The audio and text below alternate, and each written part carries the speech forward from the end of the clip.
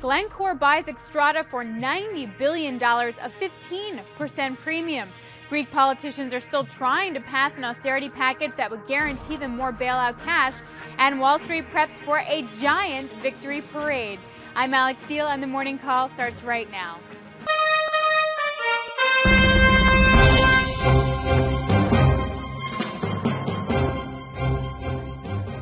Good morning, I'm Scott Redler, Chief Strategic Officer of T3Live.com. And I'm Alix Steel with theStreet, and together we bring you the Morning Call. Scott, there are a lot of happy people on Wall Street. We're already seeing a lot of Giants fans line up. It should be a fun day.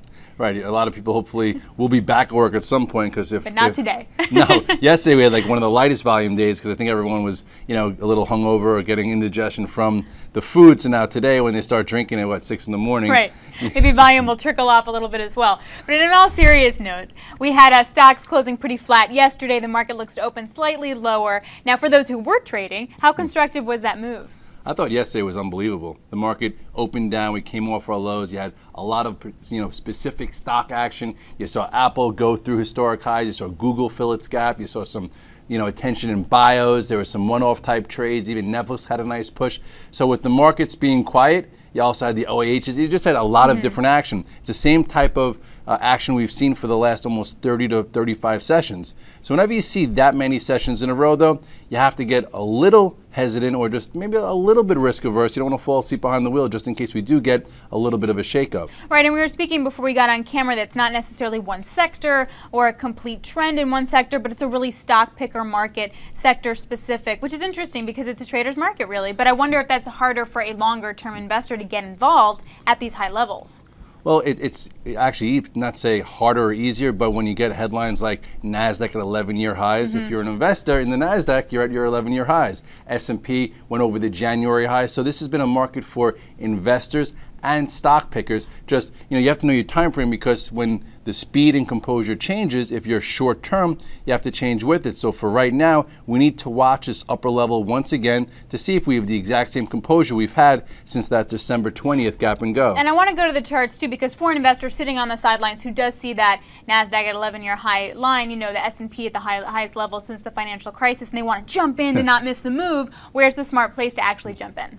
Okay, well, take a look right now at the S&P and see how we could measure this move. This is your gradual move. This was that October 4th bottom, that day to take notice. Here was your technical higher low, another higher low. So look at this gradual line, which we haven't tested in a while. So at some point this year, we're going to come down and test this line, and that's where macro investors should put some money to work. As far as this accelerated uptrend, we've been in this ever since this December 20th gap and go, going higher.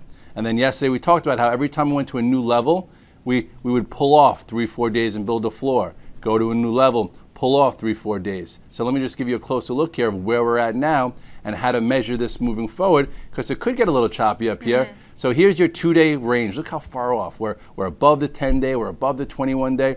So right now to trade against for short-term guys, 133.77. That is where we have the gap from the Friday jobs number. If we start to trade below this 133.77, you then have the January high of 133.40, and then the gap gets filled down to 133.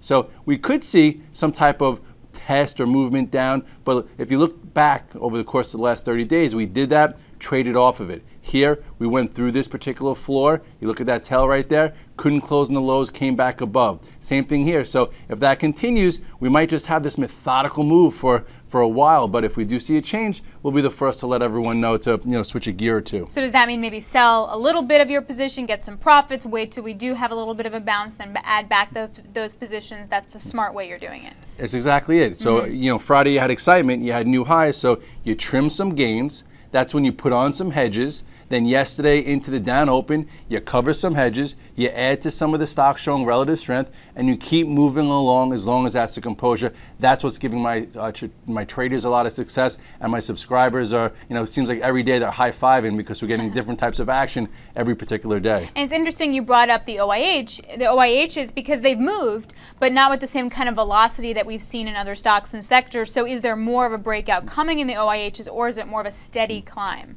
The OHs have been a steady climb. If you recall back in December, we talked about the accumulation pattern. Jim Cramer actually did it off the charts. He showed you how you could get into a tier system here. If you look at the OHs, not everything needs to be a blockbuster, you know, because sometimes when things move too fast, they're hard to hold and you can't get enough. So if you look here at the OHs, here is that inverted head and shoulders pattern. The left shoulder, the head, the right shoulder. I think he did a segment somewhere around here. This was your tier 1.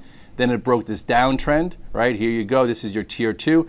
And now it's slowly, methodically going up into a pretty big resistance. So if you're in a tier 1 or 2, like a tier 2, maybe you sell some, and then with some time, the real measured move, that if we get this move, which is about, you know, another 30 points from this neckline, could get you 160 this year. Wow. So, you know, there's still a lot of upside here, but you have to know your time frame and just take trades and manage it along the way. I also wonder if going into the specific names is going to get more bang for your buck, if you will, because if you look at the OIHs, it's going to incorporate the names like a Schlumberger, but also like a Halliburton, sort of the haves and the have-nots of the oil services. I mean, Schlumberger, 80% of its revenue is tied to international, which has higher margins, versus a Halliburton that reported, you know, 270 basis point decline in its margins in North America. So I think maybe that's where you're saying it's also a really good stock picker market. I know Stephanie Link, Director of Research for theStreet, has been all over the ENSCO, the Schlumberger kind of names that have a lot of deep water exposure. That's what's been the beauty of the morning call, having different guests on, because I was typically in high beta. I liked financials, and when she started coming on our show, she started talking about industrials and refiners, and she opened up our eyes to a different areas, so it broadened us. As far as, you know, people are saying like, oh, you know, I need to be in 3, 4 of these names. No, what I've been doing is I've been focusing on one name to trade and then just holding the OAHs, and Schlumberger has been that name that I've been focusing on. So if you look at Schlumberger, looks pretty good. You know, very similar to the OHs, like you just said, the left shoulder, the head, the right shoulder. It's just now clearing this channel. Look how big this channel is, from 65 to about 75, so that's 10 points. That gets you around, you know, a move to 85, so I'm going to try and stay with it. You take a closer look. You know, we tried to add a lot right into this area on the breakout, and it's just starting to go. I still think it has room. I think you stick with the OAHs and trade one of these stocks. This is the one that I chose. And then what about some oil and gas companies, not necessarily the integrateds, but like an Occidental reported that good fourth quarter, increased its capital program by 10% to over $8 billion. We're looking for a possible dividend hike in the second week of February-ish. Right. So I don't know if that could be this week or next week, so we could see a catalyst there. Is there worth a trade for this name? Yeah, it's good to see that earnings are out of the way, and this stock is actually at an upper level through bigger resistance. So if you look here at Oxy, it's actually showing more relative strength than even a Schlumberger. So right here, it just woke up a little bit. This starts to get above 105. And you know, then you have to look almost to the left to see where your next resistance area is, which it's coming into. You know, this 105, 110 is not going to be easy, but there's still a trade here. This is still above all these moving averages. If you want to be in this one, I still think technically it looks good. And then talking about getting earnings out of the way, Anadarko also reported yesterday. They reported a loss, but that's because they had to shell out about $4 billion to BP to pay for the Gulf of Horizon, Deepwater Horizon. Yes, that one. Oh, geez, the BP spill. But if you exclude that, we're looking at earnings would have climbed about 123%. You know, revenue would have climbed 43%. It's around 52-week highs. So is that going to catapult it, or do you think that the earnings loss with the related charge is going to bring it down? Well, yesterday wasn't enough to break it out, but I think it opened lower and closed stronger. So that shows you that they're accepting it, they're giving it a pass. If you look at the overall pattern here, this also is at the upper end of its range, and you have to go pretty far back to see this resistance here. So I think this is something you stay with. It's above all the moving averages, showing technical strength. You know, if you want to take a closer look here, you will see really the resistance area for some type of momentum will be if it gets above this 85 and goes. I think, you know, let it hold a little bit, go sideways above this pivot point here of almost, what, 84.50. I think some traders will trade it for a breakout. That looks good too. And very quickly, about 20 seconds here, Apache has a lot of exposure to Egypt, so that's not so good. Yeah, this got me the other day. I was trying to trade it through 100. It was a little faulty, but now it looks on its way. I think if it can clear 105, this too has the path of least resistance to the upside. All right, and talking about earnings, we are going to get into Cisco, what to expect, and how to trade some of its derivative competition. Hi, I'm Sean Hendelman, CEO of T3 Live, where we train, coach, and mentor traders in order to help you put your money to work with confidence. The T3 Live approach is a blueprint for you to recognize, adapt, and ultimately take advantage of different market conditions.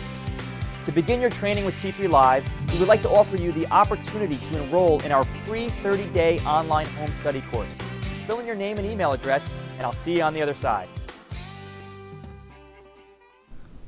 All All right, here we go. We're going to go about Cisco reporting earnings after the bell on Wednesday. Scott, is trading right near its 52-week highs. Now we're looking for earnings of 48 cents a share on revenue of almost $12 billion. Is there still some kind of trade left here, or do you think we're just going to sell off no matter what the news because we're already at such high levels? Yeah, I think Cisco you have to be a bit more careful with. I've talked about Cisco many times in the past 3 months. One is a value play when it was below 17, then as a breakout when it went above 19. If you look here at the chart, you'll see there was a lot of different types of plays here.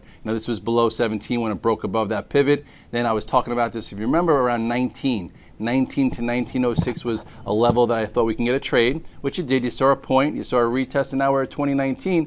So, at this area, I think it's a little prone to actually, look where it is. It's in this gap here. But anyway, it's got some room to 22. I didn't even look that far back. But anyway, it's going to have to be a really good report. Look where it came all the way from. So at this point, if you're a long-term Cisco holders, I would say, sell some in-the-money calls, put a collar on. If you're trading it, and you wanted to just take the move, I would sell it before the number, because even if the number is good and they gap it open, they'll probably sell it and price it in because of the size of the move it's had already. And then in terms of looking at its competitors, I wonder if we're going to get a trade on Juniper in a bad way, because Cisco most likely has taken market share from Juniper, but analysts are also coming out just so negative about this company after it reported earnings that were in line with their weaker estimates. Earnings fell 33% year on year, revenues fell 6% year on year. They guided lower for the first quarter. Yeah, but that's all known, right? Right. So I wonder how the market digests Cisco in terms of Juniper. Well, some of these lower pivot stocks or these catch-up plays have been working very well this year. If you look at the chart of Juniper, they haven't expected much. You have now this big lower level here that started back in July, and now it's starting to get a bit tighter here. So I think traders are going to watch. If this could start getting above 24, you could probably get a decent trade to the moving averages, but there's going to be a lot of resistance into that 25.50. This year that the gap play has been working very, very well, and if Juniper could just come out with anything positive and starts to trade above this 24.80, you have a gap that gets filled all the way to 30. So I think at some point this year, Juniper will fill a big portion of this gap. It's just a matter of when. And then conversely, if we do get negative news from Juniper out of Cisco, that might be an opportunity for it to just take some off the table and a good buying point if you wanted to play Juniper for its product cycle like in the end of the year. Yeah, I think that makes sense as well. All right, so let's go to Hewlett-Packard. Also in competition with Cisco in the server networking market. They're reporting at the end of February. So I wonder what kind of thing we're going to learn from Hewlett and how to trade that. Well, Hewlett, I think, is one of the most unloved mega cap stocks just because of what they've done with their management, the problems. I don't think I've traded this thing in ages. Maybe since what was that, the sex scandal they had there or something happened there? Mark Hurd? Yeah. Well, yeah, when there was a sexual allegation or whatever that happened. It was a good trade then. It was a funny story, but lately, if you're an investor, maybe but not for them. But anyway, if you go to Hewlett-Packard, you can see the chart here. It also has come off the lows. It's a bottom feeder type trade. I like to get stocks that are showing relative strength. This has both moving averages in front of them. But I guess as a trade, this starts to get above 29. You could see a move to 30, 19, or 31. I don't think an investor, unless you have a long-term time horizon and really believe in it, you have to be in there. But for a trade above this 29 area, you can get a pop, I guess, if all the networkers go and Cisco's that good. Talk about bottom feeder, though. Astell-Lucent, it's like a $2 stock. It's near its 52-week lows. It's reporting on Friday. I mean, are traders looking at this for some high beta trade? Well, we've had some lower level like stocks like this, like not say it's a different area, but like Dries yesterday, it was up 14% and it was a piece of junk left for dead. But when when volume comes in, one man's trash is another treasure. And if you look here on ALU, you'll see there's not really much going on here. So no treasure, no trash, nothing. But I guess you could get your the metal what's that thing they use on the beach to scope it out and figure out. Anyway, above $2 and maybe you can get 240 to 260. But I wouldn't write home about this. This one is just something if you're I guess really looking. All right, so and last up, we want to go to IBM here. Now, it got Stern Agee actually initiated IBM with a buy rating yesterday, a $230 price target. That represents about a 20% upside from current prices. It's near 52-week highs. It seems like sentiment's pretty good. The analyst was saying he's looking for EPS growth of 10% to 15% over several years. Thinks the company can reach its goal of $20 per share profit by 2015. I mean, where's the downside? But how do you trade it now with all this good news? Well, IBM, I guess they regrouped when Oracle missed and everyone thought IBM would be next. So did I. Actually had puts going into that earnings report thinking that maybe they get a little bit of a misstep, but they didn't. Big Blue also, they get to call themselves just like the Giants, came through, and they've come through for the last decade. If you're an investor in IBM, you're feeling good. A trader, sometimes you get those trades. I think right now we're getting set up for that trade into new highs, so it's been on my radar just for some momentum. So if you look here at the chart, you will see if it could start getting above 194, 195 and negate this small little double top, I think traders will put it on for a breakout. So if the market is going to break out and go to just say 1350 to 1375 by the end of the second quarter, IBM is going to extend just like this all the way to 200. I'm going to wait for a trigger above 194, 195 with volume, and I will be there for that trade, hopefully if I'm at my desk. But then if it sells off with the rest of the market goes down, what's that key level? It's like 189 or something that you'd be looking at? Let's take a look back at the moving averages, because sometimes they do test them. Right now, if you want to look at support, this I would say is good support. This 189. Oh, look at that. You called it out right there. This 189. Chart's right there. It's not that hard. There are two levels here. There's this 192 that just say if you want to put this in a channel, here's the high end, here's the low end, here is upper support. If it could stay in this upper support, you're going to get a nice move above this 195. If it were to break below this, that 189 is a spot for maybe even a macro investor to come take a look at. And then you do have the 50 there, which stands around 187. So if we do get a pullback in the market, there's support 1, 2, and 3. All right, let's get some quick ways to make some cash. By the way, metal detector. Metal detector was what you were looking for. All right, so let's see if we can use a metal detector now in quick hits to see if we can make some cash. So Coke reported positive earnings before the bell today, earned about 79 cents a share on revenue, just over $11 billion. Both of them were a slight beat. It was up slightly in pre-market. Is this a good trade for traders? It could be, because I looked at the chart. They're not really expecting much. It's nice and tight. It's coiled. I looked at, what did you say, it was up 1.2 or 1.3%? I think it was just over 1%, yeah. Something like that. So if you look here at the chart, you will see nice tight pattern. If they gap this up and can't bring it in, I think that you can get a trade here. You have a nice little pivot area of resistance. If this were to get above, there's say like 68.60-ish or 68.70, I think you have a gap that gets filled to above 69, and that'll also help the market. So look at the first 30 minutes. It holds above this level. You have 69, and then it could put it back in motion for what could be a bigger, higher move this year. And then in terms of stocks that had good strength yesterday, we had spoken earlier about, say, the Google or a Netflix that were up nicely. Google, I would say the short-term trade is now over. It went to 610 from first, 565 and then 591. So I'd let that go. I think Netflix is something worth watching today. I still like the pattern here. It held in really, really well. Coinstar came out and delivered nice results after the close. I think above 130, 130.50. It'll be on its way to 140. It's come a long way, so just make sure the volume's there. But this is definitely one of my stocks for today. And two of the trades you were also working with yesterday, LinkedIn and Pandora. What's the follow through? Yeah. Pandora triggered above 14. So it looked good, had some decent volume. I still think it can get to at least 16.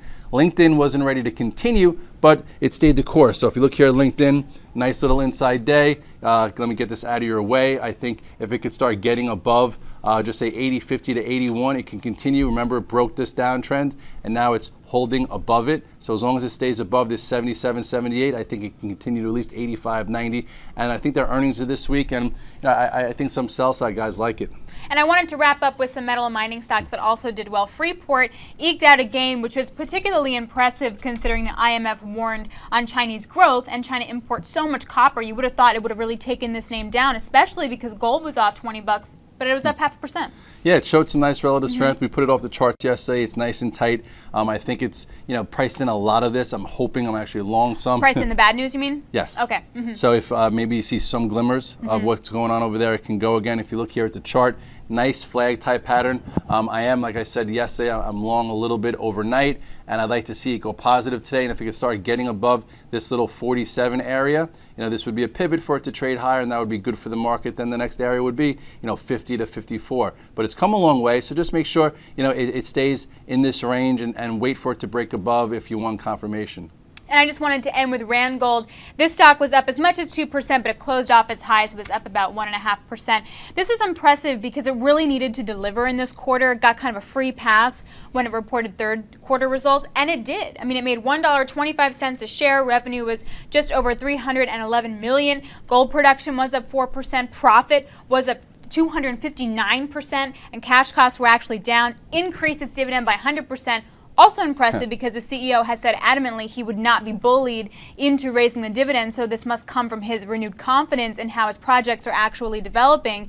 It's near 52-week highs, though, so I wonder how much juice there really is. Well, I have to give you kudos on this one. You've been following it for a while. I think in the 70s you liked it. Even when it had that misfire around 100, people are like, oh, get away from it. You're like, this is where I would buy it. I like the CEO. I like the fundamental story. So sometimes it pays to know the fundamental story behind the technicals. If you're long-term. If you're short-term, forget it. Yeah, it looked like, you know what. But anyway, you look at the chart here now, you know, it did have, like you said, a lot of positives to say, but after a move from this 98 area all the way up to the highs, it's hard for it to just break out and go, especially since no other stocks in that group is doing it.